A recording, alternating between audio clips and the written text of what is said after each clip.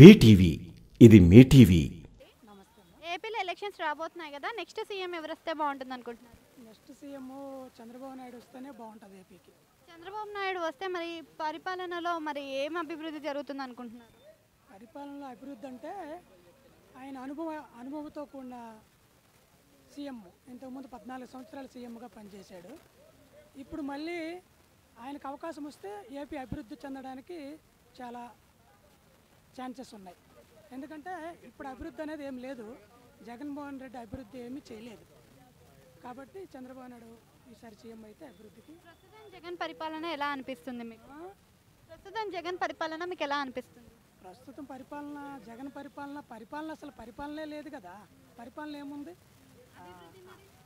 అభివృద్ధి లేదు. పరిపాలన అయితే ఆయనకు తెలిస్తే కదా పరిపాలన అని చెప్పడానికి. మనం కొన్ని సినిమాలు ఆయనకు అగేనెస్ట్ గా తీస్తున్నారు కదా, అలా తీయడం వల్ల చంద్రబాబు నాయుడుకి అగేనెస్ట్ గా తీస్తున్నారు అంటే ఆయన డబ్బులు ఇచ్చి, డైరెక్టర్లకు డబ్బులు ఇచ్చి ఆయన చంద్రబాబు నాయుడు మీద అగేనెస్ట్ గా అట్లా తీయడం వల్ల మరి ప్రజల్లో ఏమన్నా మార్పు వస్తుంది అనుకోవచ్చు? అసలు ఏం మార్పు రాదు. ఎవరు దొంగ, ఎవరు దొరో, ఎవరు మంచోలో, ఎవరు చెడ్డోళ్ళు అనేది ప్రజలు కాదు.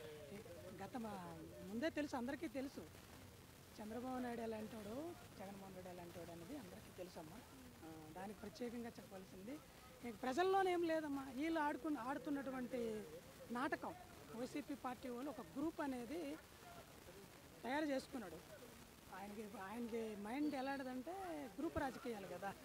ఆయన మెంటాలిటీ మరి మనం నచ్చి అనకూడదు, సైకో మెంటాలిటీ. ఇప్పుడు షర్మిల కూడా వ్యతిరేకత చూపిస్తుంది కదా, అలా వ్యతిరేకత చూపించడం వల్ల మరి ఏదైనా ప్రాబ్లం అయ్యే ఛాన్స్ ఉందనుకో? ఏమమ్మా? ఇప్పుడు మనకి షర్మిల కూడా వ్యతిరేకత చూపిస్తుంది కదా అన్న జగన్ మీద, దానివల్ల మరి వైసీపీ ఓట్లు ఏమైనా చీలుతాయి అనుకోవచ్చా? వైసీపీ ఓట్లు చీలుతాయి అనుకోవచ్చా అని అంటే అది షర్మిల వ్యతిరేకత అనేది చీలితే వైసీపీ ఓట్లే చీలుతాయి తప్ప టీడీపీ ఓట్లు కానీ జనసేన ఓట్లు కానీ చీలవమ్మ. Thank you.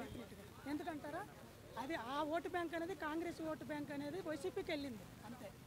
అదే తిరిగి మళ్ళీ వస్తుంది. ఇప్పుడు ఏపీలో ఎలక్షన్స్ రాబోతున్నాయి కదా, నెక్స్ట్ సీఎం ఎవరు వస్తే బాగుంటుందని మీరు? నేను చంద్రబాబు నాయుడుని అనుకుంటా. ఎందుకు చంద్రబాబు నాయుడు అనుకుంటున్నారు? చంద్రబాబు ఎందుకనంటే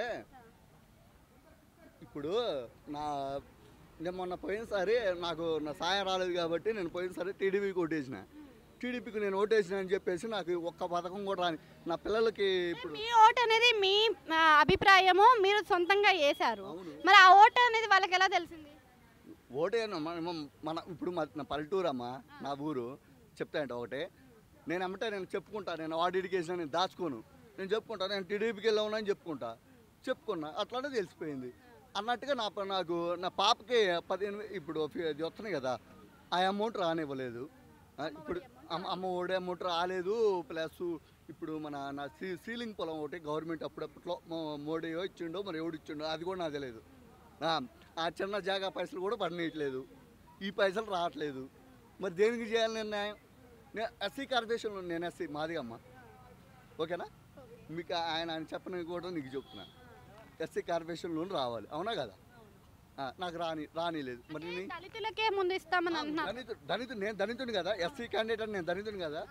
ఇప్పుడు నేను ఇవ్వలేదా? ఏ పథకాలు ఇవ్వలేదు, నాకేమి ఇవ్వలేదు. నాకు ఎవరు కావాలనుకుంటా చెప్పు. ఇప్పుడు ఆయన పథకాలు పెట్టాడు మంచి. ఇప్పుడు నీకు ఓటేస్తేనే ఇస్తావా? ఓటు వేయకపోతే ఇవ్వవా? గెలుపు ఓటమని ఇద్దరు పోటీ పెడతారు. ఇప్పుడు స్కూల్లో కూడా అన్నా, నా కెమెరామెన్ అన్న, స్కూల్లో ఉరుకులు పోటీలు పెడతారు. ఒక్కళ్ళు గెలుస్తారా, ఇద్దరు గెలుస్తారా? ఒక్కళ్ళే గెలుస్తారు. సేమ్ ఇది చంద్రబాబు నాయుడు కూడా అట్టే ఓడిపోయాడు. అరే పద్దాలు ఎన్ని పొడి పొడిచి అని ఆయన్ని పాపం తీరుమారు ఇది చేస్తున్నారు. సరే చేసుకోండి. నేనేమంటున్నంటే వాళ్ళు చూసుకుంటారమ్మా. నేను నా బాధ నేను చెబుతున్నా. నేను ఒకప్పుడు రాజశేఖర్ గారు అంటే ప్రాణం నాకు. ఎందుకు రాజశేఖర్ గారి పాలన, ఒక నిమిషం, రాజశేఖర్ గారి పాలన, జగన్ గారి పాలన, ఇద్దరి పాలనలు పోలిస్తే మీకు ఏమి తేడాలు కనిపించాయి? దాంట్లో ఏం అంశాలు మీకు నచ్చలేదు? గారు నెంబర్ 1 చేశాడమ్మా. ఆయన అసలు తప్పులేదు. ఈయన కూడా మంచి పనులు చేస్తాడని చెబుతున్నా. చేస్తున్నాడు కానీ ఊళ్ళో ఉంటారు కదా సర్పంచ్లు, వీళ్ళని మీకు ఐడియా ఉందా? వాళ్ళ దగ్గర లేదు కరెక్ట్. వాళ్ళని పట్టుకోవాలి గట్టిగా. వాళ్ళని పట్టుకుంటే ఏ ఒక్క పేదవాడు కూడా నీకు తప్ప ఇంకొకడికి వేయడు ఓటు. ఇప్పుడు నేనున్నా టీడీపీకి అవతల పక్క ఎత్తే నువ్వు నాకేం పనులు జరగనివా? నేను హైదరాబాద్ వచ్చి బతుకున్నాడా, నేను కూలి పని చేసుకుంటున్నా వచ్చి. నాకు ఇల్లు రాలే, ఏమి రాలే. అయినా కూడా నా పేరు చెబుతారు, నోట్ చేసుకోండి. నా ఇంటి పేరు నెమలి, నా పేరు రవీంద్ర, మా డాడీ పేరు ప్రసాద్. ఇంకా చెప్పాలని చెబుతా, అన్నీ చెబుతా అడ్రస్. కృష్ణా జిల్లా వత్సవాయి మండలం. మా ఎమ్మెల్యే గారు ఉదయభాను గారు, ఆయన మంచి నెంబర్ 1 క్యాండిడేటు. ఊర్లో సర్పంచ్ వాళ్ళని జాగ్రత్త పెట్టుకోండి. సీఎం గారు, జగన్ గారు నమస్తే అండి. మీ దగ్గర నేను కనిపించేవాడిని కాదు, నేను వచ్చి మాట్లాడే పరిస్థితి కూడా లేదు. అయినా మీరు పర్మిషన్ చెబుతున్నా ఏనండి. ఏ ఊళ్ళో అయినా సరే ఏపీలో సీఎం ఎమ్మెల్యే కాదు ముఖ్యం, ఈ సర్పంచులతో జాగ్రత్త మాట్లాడి తీసుకొచ్చి అది బ్రహ్మాండంగా ఉంటుంది. పవన్ కళ్యాణ్ గారు నెంబర్ 1. ఆయన వ్యక్తిగతంగా మంచివాడు, ఓకేనా, అన్నీ మంచివాడే. కాకపోతే ఆయన 3 పెళ్ళిళ్ళు చేసుకుని 4 పెళ్ళి చేసుకుని చాలా వ్యతిరేకాలు వచ్చినాయి. మగవాడు అన్నాక 3 పెళ్ళి కాదు. ఇప్పుడు ఆయన పిల్లలు అన్నీ సర్దుకుపోబట్టే కదా ఆయన పెళ్ళి చేసుకుంది. ఆయన ఏంటంటే జనాలకి మంచి చేద్దామనే హృదయంతో వచ్చిండు. ఆయనకి దీనికి సంబంధం లేదు. ఆయన వచ్చిండు, ఓ నాయకుడు కావాలని వచ్చిండు. ఆయన రూపాయి పెడతాను కానీ ఆయన రూపాయి ఇవ్వడం తీసుకుంటాను డబ్బులు ఏం తీసుకోవటం. అది పరిస్థితి. ఏంటంటే ఆయన్ని కూడా మాట్లాడే పరిస్థితి లేదు, చేయొద్దు అసలు. అలాంటి న్యూస్ చేయొద్దు. పాపం వాళ్ళ ఆవిడ మొన్న ఎన్టీవీ, నేను చూశాను న్యూస్లో, ఎన్టీవీలోను టీవీ9లో ఇంటర్వ్యూ ఇచ్చింది. మేడం ఏం చెప్పింది తెలుసా, వాళ్ళిద్దరు ఏదో పర్సనల్ ప్రాబ్లం, లవ్, వీళ్ళు వద్దనుకున్నారు. ఇప్పుడు ఆయనతో అసలు ఎట్టి పరిస్థితుల్లో ఆయన్ని తీసుకురావద్దు. ఓకే, ఇప్పుడు మనకి ఏపీలో ఎలక్షన్స్ రాబోతున్నాయి కదా, నెక్స్ట్ సీఎం ఎవరు వస్తే బాగుంటుంది అనుకుంటున్నారు? జనసేన టీడీపీ పొత్తు వస్తే బాగుంటుంది అనుకుంటున్నాను. టీడీపీ జనసేన వస్తే మరి మార్పులు ఏం జరుగుతాయి, అభివృద్ధి ఏం జరుగుతుంది? టీడీపీ జనసేన వస్తే మార్పులు అంటే ఇప్పుడు కంపెనీలు వస్తాయి, కొన్ని రకాల కంపెనీలు. ఎట్లా అంటే అసలు ఇప్పుడు వైసీపీ వచ్చిన దగ్గర నుంచి ఏ ఒక్క కంపెనీ కూడా రాలేదు. లులు మాల్ అని ఒకటి వచ్చి దాన్ని కూడా వేరే దగ్గరికి, చెన్నై దగ్గరికి కూడా తీసుకెళ్లారు. కనీసం కొన్ని కంపెనీలు వస్తాయి, రోడ్లు వస్తాయి అనేది నా ఫీలింగ్.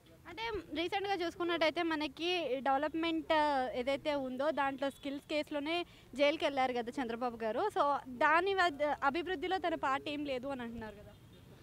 నో కామెంట్స్ అండి, ఆ విషయం గురించి నాకు పూర్తిగా ఏం తెలియదు. తెలియని దాని గురించి నేను మాట్లాడను. ప్రస్తుతం జగన్ పరిపాలన మీకు ఎలా అనిపిస్తుంది? నాకైతే నచ్చలేదు అండి. ఎందుకు అంటే ఇప్పుడు డెవలప్మెంట్ అని చెప్పేసి కొన్ని పథకాలు పెట్టేసి ఫ్రీగా డబ్బులు ఇచ్చేస్తున్నారు. ఇప్పుడు అమ్మఒడి పథకం అని చెప్పేసి ఇంట్లో పేరెంట్స్కి 15,000 ఇస్తున్నారు సంవత్సరానికి. ఆ 15,000 కాకుండా నోట్బుక్స్, షూస్, బట్టలు అన్నీ గవర్నమెంటే ఇస్తుంది. అవన్నీ ఇచ్చినప్పుడు మళ్ళీ డబ్బులు ఎందుకు ఇవ్వడం? అవన్నీ ఇచ్చేసి డబ్బులు ఇవ్వాల్సిన అవసరం లేదు కదా. మళ్ళీ ఆటో డ్రైవర్లకని వాళ్ళకని వీళ్ళకని చేతి వృత్తులు చేసుకునే వాళ్ళందరికీ ఇయర్లీ ఇంత డబ్బులు ఇస్తున్నారు. వాళ్ళు ఏంటంటే డైరెక్ట్గా ఎలక్షన్స్ అప్పుడు ఓట్లు కొనకుండా మిగతా టైంలో డబ్బులు ఇచ్చేస్తున్నారు ఏదో ఓట్ల కోసం. అందుకే నారా లోకేష్ గారు పాదయాత్ర చేయడం అయిపోయింది, దాని తర్వాత మరి ప్రజలు ఏదైనా మార్పు వచ్చింది అనుకోవచ్చా? ఆ విషయం కూడా నాకు తెలియదండి. ఇప్పుడు ఎందుకంటే నారా లోకేష్ ఏం చేయాలంటే గవర్నమెంట్ని విమర్శించాలి, వాళ్ళు చేసే తప్పులేంటి అనేది. వీళ్ళేమి చేస్తారో చెప్పాలి. ఇప్పుడు ఏంటంటే వీళ్ళు గత ప్రభుత్వంలో తప్పులు చేసేసి పాదయాత్ర చేయడం కాకుండా గట్టిగా విమర్శిస్తే ఏమన్నా యూజ్ ఉంటుందని నా ఒపీనియన్. కావాలనే వైసీపీ నేతలు పవన్ కళ్యాణ్ని కానీ టీడీపీని కానీ ఎంచుతున్నారు అంటున్నారు, నిజమేనా? అది నిజమేనండి. ఇప్పుడు కావాలనే తిడుతున్నట్టు నా అభిప్రాయం. ఎందుకంటే ఇప్పుడు గవర్నమెంట్ని విమర్శించే హక్కు ప్రతి పౌరుడికి ఉంది. దాన్ని అడిగినప్పుడు వాళ్ళు ఆన్సర్ చెప్పాలి. లేదంటే మేము ఇలా చేసాం కదా, పోయినసారి వాళ్ళు ఏం చేశారు అనేది క్వశ్చన్ చేయాలి. కానీ పర్సనల్గా వెళ్ళి పెళ్ళిళ్ళు చేసుకున్నామని కానీ లేకపోతే ప్యాకేజ్ స్టార్ అని అదని ఇదని మైండ్కి ఏదొస్తే అది ఊహించుకొని మాట్లాడడం కరెక్ట్ కాదు కదా. అంటే ఇప్పుడు మనకి జగన్కి పాజిటివ్గా కొన్ని మూవీస్ అయితే వచ్చాయి కూడా. సో అలా మూవీస్ తీయడం వల్ల మన ప్రజల అభిప్రాయం ఏమైనా మారుతుంది అనుకోవచ్చా? సినిమాది ఏముండండి, సినిమాలాగే చూస్తారు. ఉప్పిన సినిమా అంత చూసినంత మాత్రాన అందరూ ఉప్పినాలో హీరోలు అయిపోరు, హీరోయిన్లు అయిపోరు. దాన్ని అక్కడ చూసి అక్కడితోనే వదిలేస్తారు. సినిమాలు కూడా అంతే. థ్యాంక్ యూ అండి. మీకు గనక ఈ వీడియో నచ్చినట్లయితే మన ఫ్రెండ్స్ అందరికీ షేర్ చేయండి. మీ బీటీవీని సబ్స్క్రైబ్ చేయండి ప్లీజ్. బీటీవీ, ఇది మీ టీవీ.